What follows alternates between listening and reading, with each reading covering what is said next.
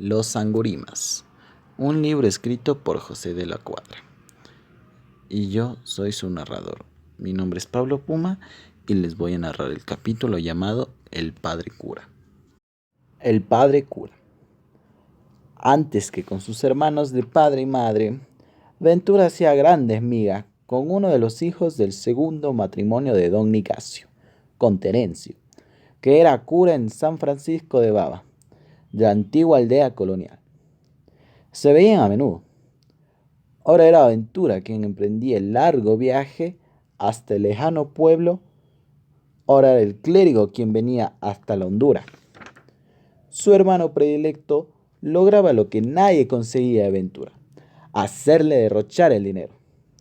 Cuando el acuchillado armaba camino a Baba, portaba grávidas alforjas, conteniendo los más preciosos productos del campo, para regalo de la masa del hermano en el convento, y en el pueblo se desvivía por obsequiarlo, adquiriendo para su paternidad las más caras zarandajas en las tiendas de los chinos, todo sin perjuicio del gasto de cerveza, vinos y licores raros, consumidos en fantásticas cantidades durante el estado, gasto que corría de su cuenta. En Honduras, el padre Terencio tenía casa propia, como todos los demás sangurinos.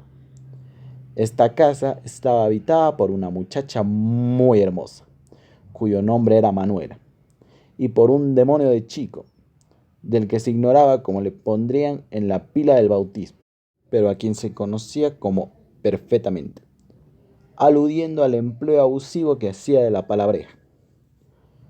Estos muchachos figuraban como sobrinos del padre Terencio, lo cual resultaba extraordinario, pues ninguno de los hermanos del cura lo reconocía como hijo. En ocasiones se decía que eran ahijados del clérigo. Cuando éste visitaba la hacienda, Manuela y el diablillo lo recibían con grandes zalemas. Frecuentemente lo trataban de papá.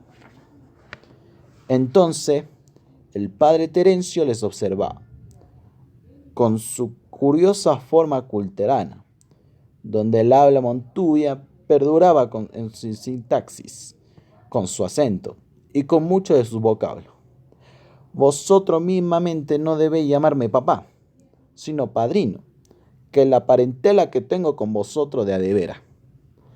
El padre Terencio era hombre divertido, decía el viejo Sangurima. Mi hijo cura sería un gran cura de no gustarle tres cosas: berija, baraja y botija. De resto, es tan bueno como un cauge podrido. Cuando los dos hermanos se encontraban en Baba, se atizaban unas borracheras formidables. Se encerraban en el convento y consumían mano a mano cantidades fabulosas de alcohol.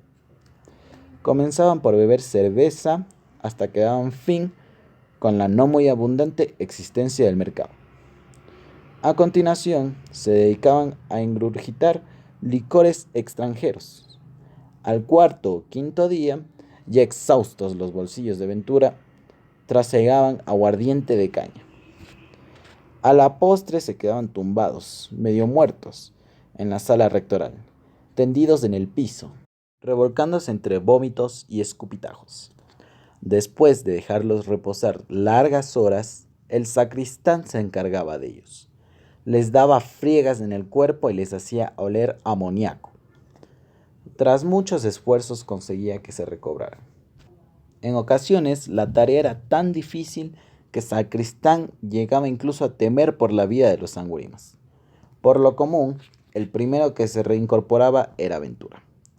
Atontado, sumido todavía en los horrores del chuchaqui, montaba a caballo e iniciaba la vuelta, dejando a su hermano aún inconsciente. Era el retorno del pródigo. Volvía el hombre arrepentido, sacudido y nervioso, alarmándose de todo. Virtualmente iba como un perro apaleado, con el rabo entre las piernas. Durante estas borracheras se suspendían, por supuesto, en la iglesia las funciones religiosas. Sin embargo, alguna vez, cuando la estada de Ventura coincidía con época de novenario, el cura solía ocupar la cátedra sagrada. Pronunciaba entonces unos sermones pesadísimos, en los que ensartaba 1001 disparates, lanzando afirmaciones descabelladas y emitiendo opiniones que habrían escandalizado al más mangancha de los teólogos. La verdad es que, aun en sus cabales, el cura Terencio se llevaba de cancha a los padres de la iglesia. Entre sus ideas más peregrinas estaba de la que había que democratizar el dogma, como él decía. Sostenía que a los montubios bravíos hay que presentarles las cosas, no solo en forma que las entiendan completamente, sino de la manera que más de acuerdo esté con su idiosincrasia. Cuando el padre Terencio se andaba en pastoreo de almas por los sitios montañosos, ocurría que aplicara más frecuente su método. Explicaba: si yo le digo a los Montubio que cuando el judío Malco le dio una bofetada en la mejilla a Jesucristo, éste volvió la otra, se escandalizarían y pensarían que Jesucristo era un cobardón, que no vale la pena tomarlo en cuenta. ¿Y cómo dice entonces, padre Terencio? Yo les digo, más o menos, iba nuestro Señor con esa cruz grandota que le habían cargado los verdugos, cuando en eso sale el judío malamansado de Malco y le suelta una bofetada. ¿Saben lo que hizo el santo varón? En vez de haberle rajado el alma, que era lo que provocaba, como él era tan buen corazón, apenas se contentó con decirle al judío: anda a golpear a tu madre. Así. En esto y en otras cosas semejantes consistía el sistema del cura de Murta. El padre Terencio era muy aficionado a las obscenidades. En su anticuado gramófono acostumbraba a tocar unos discos cuyos solos nombres denotaban lo que eran: La noche de bodas, Un fraile en un convento de monjas y otros semejantes. En su pequeña biblioteca, entre los breviarios, La imitación de Cristo y los manuales de liturgia figuraban Gamiani o Dos noches de lujuria, La condesa y el cochero, La posadera y el estudiante, y más por el estilo.